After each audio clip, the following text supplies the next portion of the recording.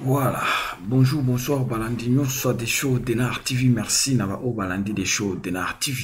Tu es tous sur la tous ensemble, quand on est tous sur la canabino, papa, maman, Simba, Nabokepi.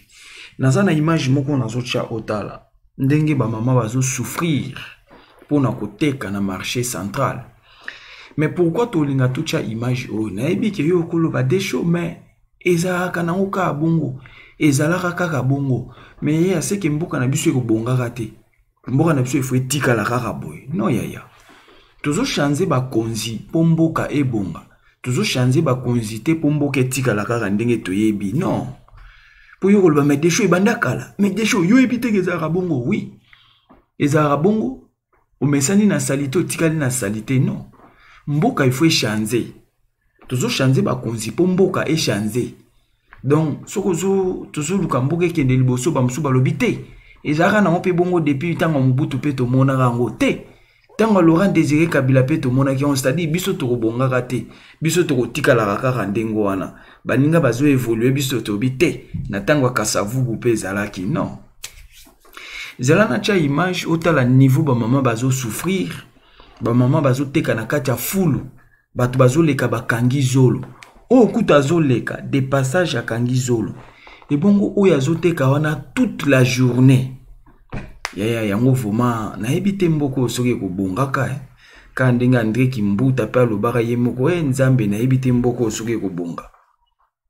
Kimbuta ganga abi nzambe mboko e ko bonga isuste. Na ebite parce que du fait que tout ça na ba autorité inconscient, c'est ça aussi le problème. Mais aona na wenze ndingo zomona tous les jours bazoya kozwa taxe tous les jours bazoya kosenga mbongo mais pour na kolongola biloko salubrité la salubrité na ebité salubrité ezaka na triomphal ba pakoli ba couleur ba combo les triomphal wana nde esiko esengele za la propre métal wenze. OK faut baza na service à salubrité basomba mituka oyo kobanda ko ya komemaka fulu tous les jours mais de plus en plus ezaka komata c'est grave. Toute la image pour comprendre tantôt ou qui comprendre tout l'anda. On a un croisement, on a un commerce croisement Bokassa, entrée à Rwakading, pour Bima na Prince Kasavu. Autant le niveau ya full. On ne sait pas ngobila kufo biazali donc azola kisaka casquette nae il y a PPRD, comportement Kabila. Autant niveau Ngobila, commissaire, ville, marché central, il y a capitale. Donc, il y a capitale Kinshasa. Et ça honte. Moutouabo Iboza ko garder toujours comme gouverneur et à ville Ngobila.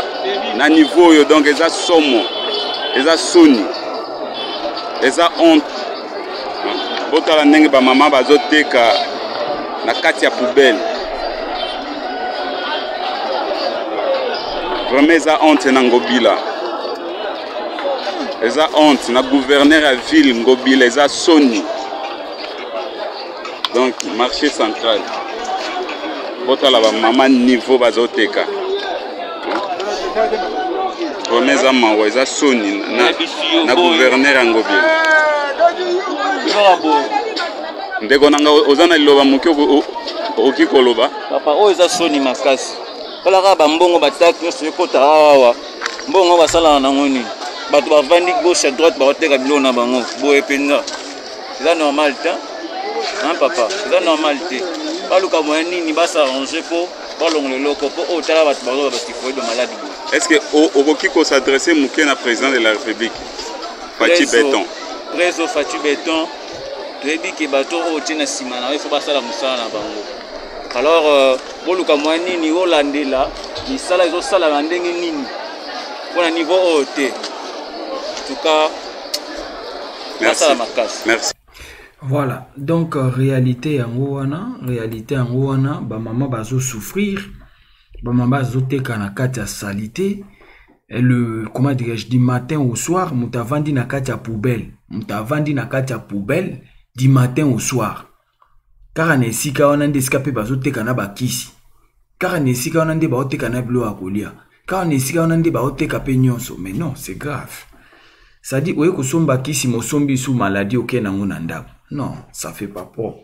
Tu évites ceux qui me connaissent, tu reçois vraiment ba konzi ya solo ou ba vous la conscient ya robongisa mboka.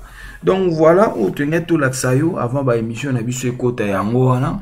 Zala scotché cimenté sur des shows d'Enar TV. Partagez votre émission, aimez, commentez que ça la bien.